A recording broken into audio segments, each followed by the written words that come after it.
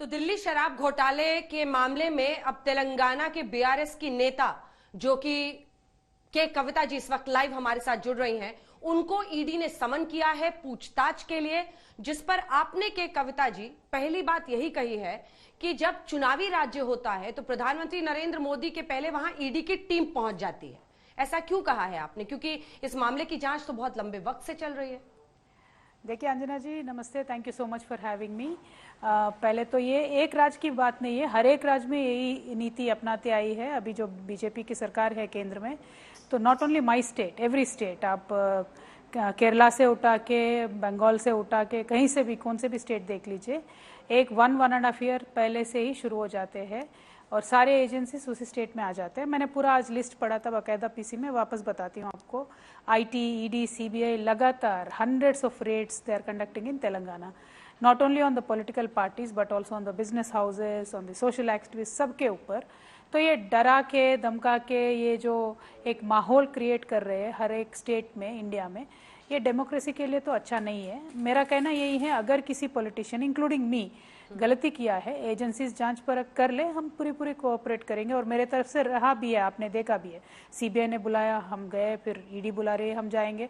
लेकिन यही उनके तरफ से रिस्पॉन्स नहीं आता है। देखिए, बीएल संतोष जी को हमारे स्टेट में एसआईटी ने बुलाया था, फिर बीएल संतोष जी नहीं आए, हर एक कोर्ट पे गए, स्टे लेके आ गए।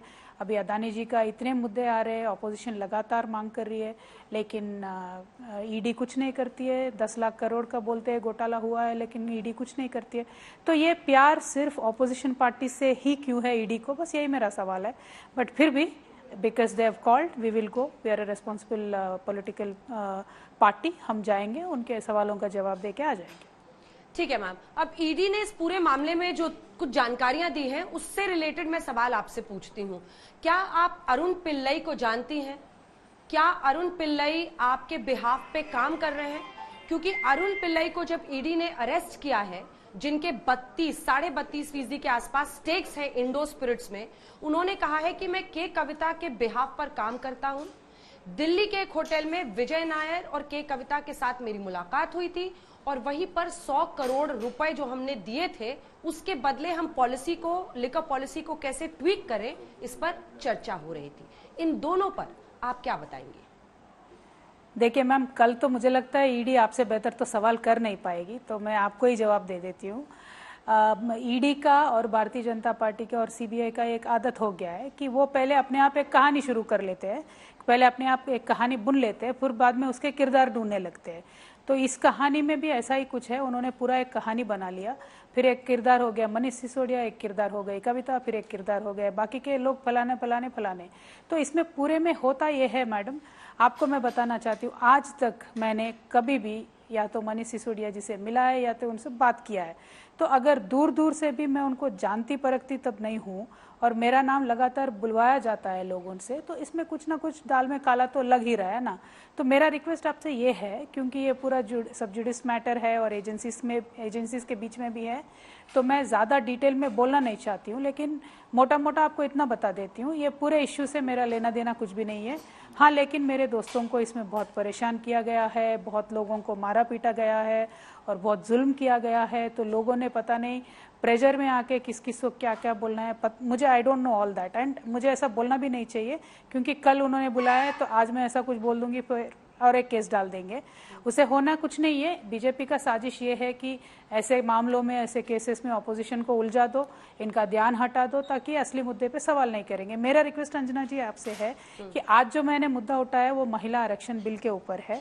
तो महिला आरक्षण बिल के ऊपर मैं जब 10 तारीख को यहाँ अनशन पे बैठना चाहती हूँ, तो 9 तारीख को मुझे ईडी बुलाती है।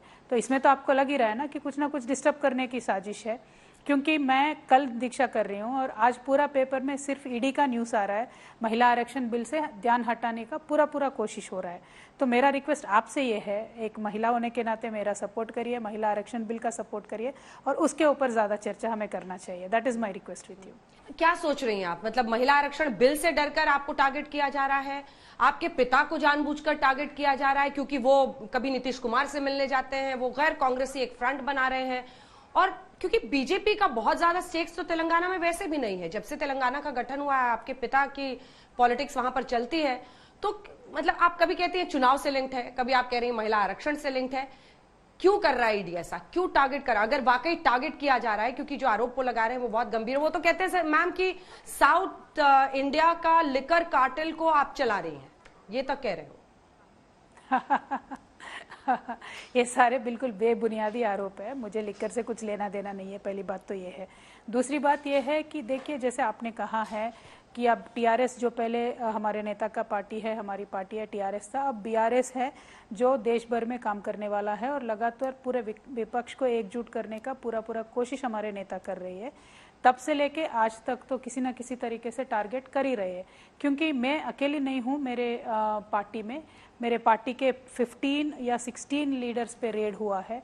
हमारे पार्टी के जो पार्लियामेंट्री फ्लोर लीडर है उनके एसेट्स भी 200 करोड़ के उन्होंने सीज किया है। तो इस तरीके से हर एक एमएलए पे, हर एक मिनिस्टर पे वो कुछ ना कुछ तरीके से सीबीआई, आईटी, ईडी का चल रहा है। और जैसे मैंने कहा, पूरा स्टेट में हमारा ये टारगेटिंग का माहौल चल रहा है।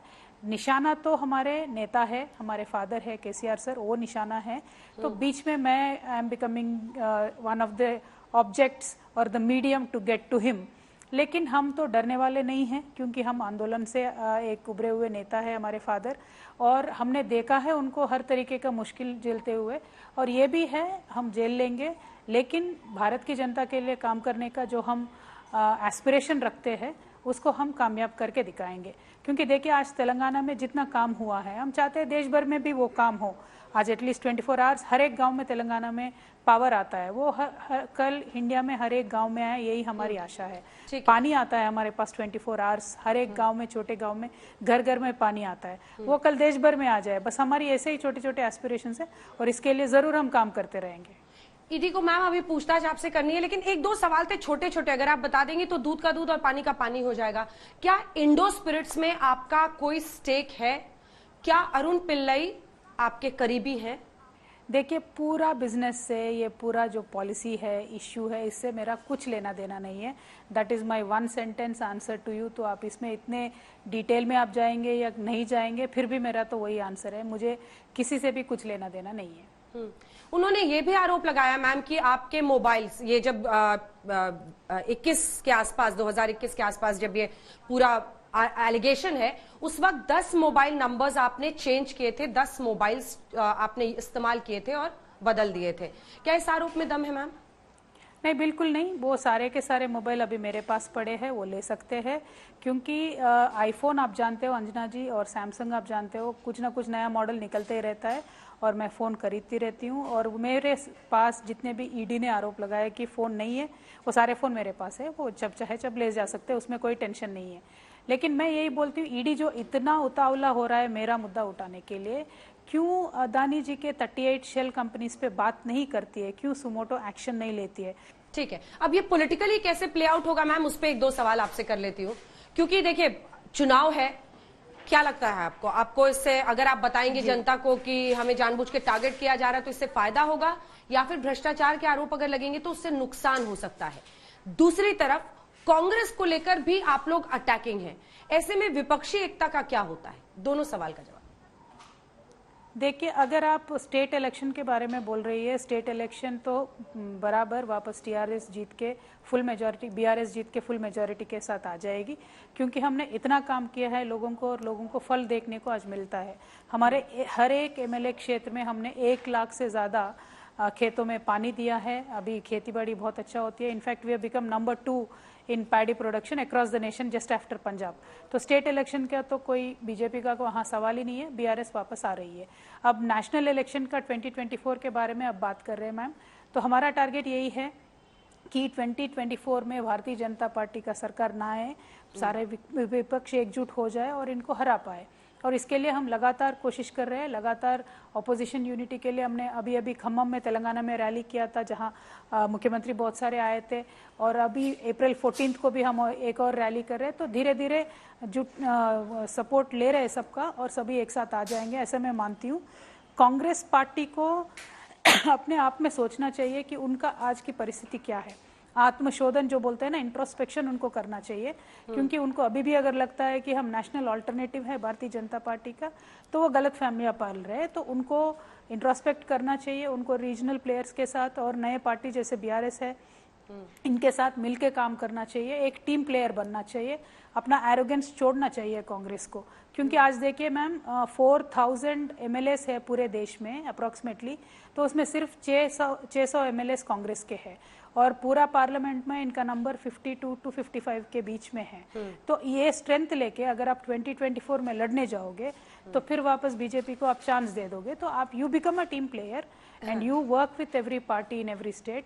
This is my humble appeal to Congress. लेकिन कविता जी देखिए, आप मतलब यही रीजनल पार्टीज, यही क्षेत्रीय दल तो कांग्रेस के अस्तित्व को सबसे बड़ा खतरा है, तो उनके साथ वो कैसे अलायंस कर लेंगे, क्योंकि फिर तो उनके लिए और भी पतन की कहानी लिखी जाएगी।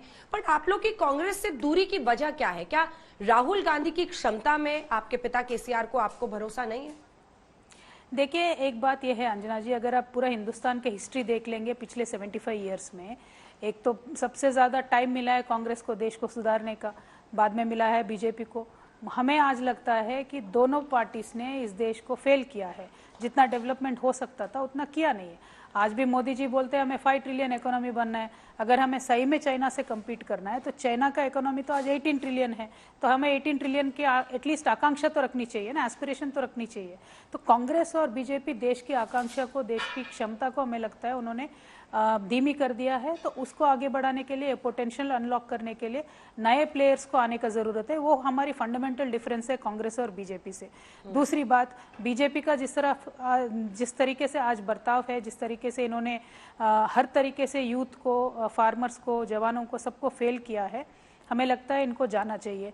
तो अब विकल्प क्या है हमारे सामने? जितने भी बाकी पार्टी से उनको जोड़ना चाहिए। हम भी नेशनल पार्टी के तरह से हमने रजिस्टर किया है, तो हम हर एक क्षेत्र में हम कोशिश करेंगे, जिस स्टेट में, जिस प्रदेश में लाइक माइंडेड पार्टी से उनके साथ जुड़ के काम करेंगे और बराबर बीजेपी को हराने का पूरा कोशिश करेंगे। बीआरएस नाम बदलने से, टीआरएस से, क्या आपको लगता है कि मोदी के सामने चैलेंजर केसीआर बन जाएंगे?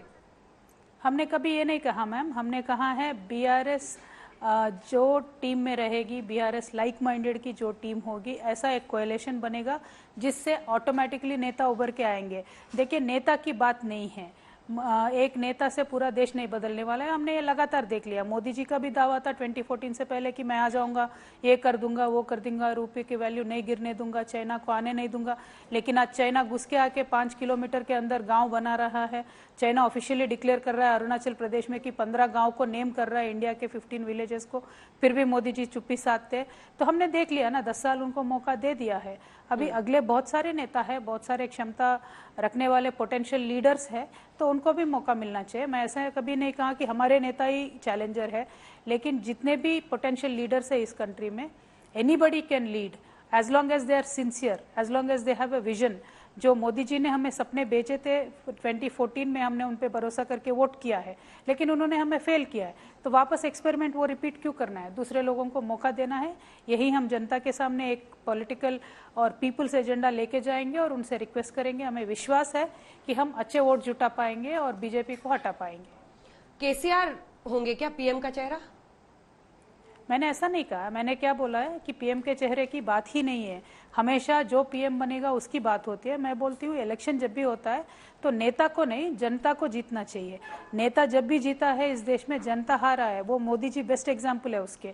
दो बार बड़ी बहुमत से लोगों ने उनको भिजाया है पार्लियामेंट में और एक भी एस्पिरेशन उन्होंने फुलफिल नहीं किया है।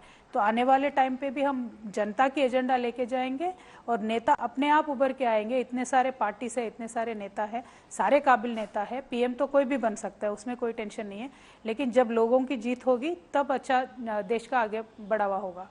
के कविता जी, एक आखिरी सवाल आपसे, क्योंकि बीजेपी यही कह रही है कि महिला आरक्षण के मुद्दे को उठाकर, जंतर मंतर पर धरना देकर आप ईडी की जांच से बचने के लिए महिला कार्ड खेल रही हैं। ऐसा नहीं है ना? आप जा रही हैं ना जांच के लिए? आखिरी सवाल।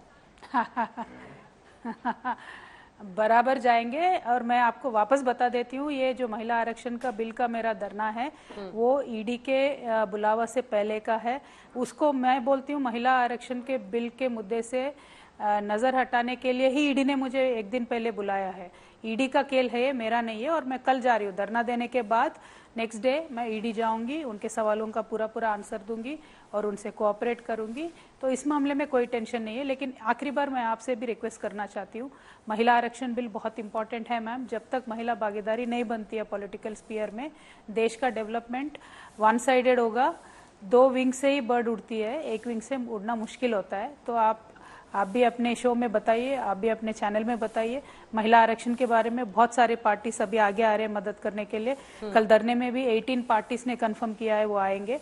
तो बहुत अच्छा एक मैसेज जाएगा। और बिल अगर भारतीय जनता पार्टी लेके आएगी तो ये सारे पार्टीज जरूर सपोर्ट करेंगे और महिला आरक्षण का बिल पास हो सकता है। के कविता जी, आप आई हमारे साथ, बीआरएस की नेता, और तमाम सवालों के आपने जवाब दिए। हालांकि जांच के मामले में आपका ये कहना है कि सवालों का जवाब मैं ईडी के सामने दूंगी। बहुत बहुत धन्यवाद आपका के कविता जी, आज तक पर हमारे साथ जुड़ने के लिए। Thank you Anjana ji.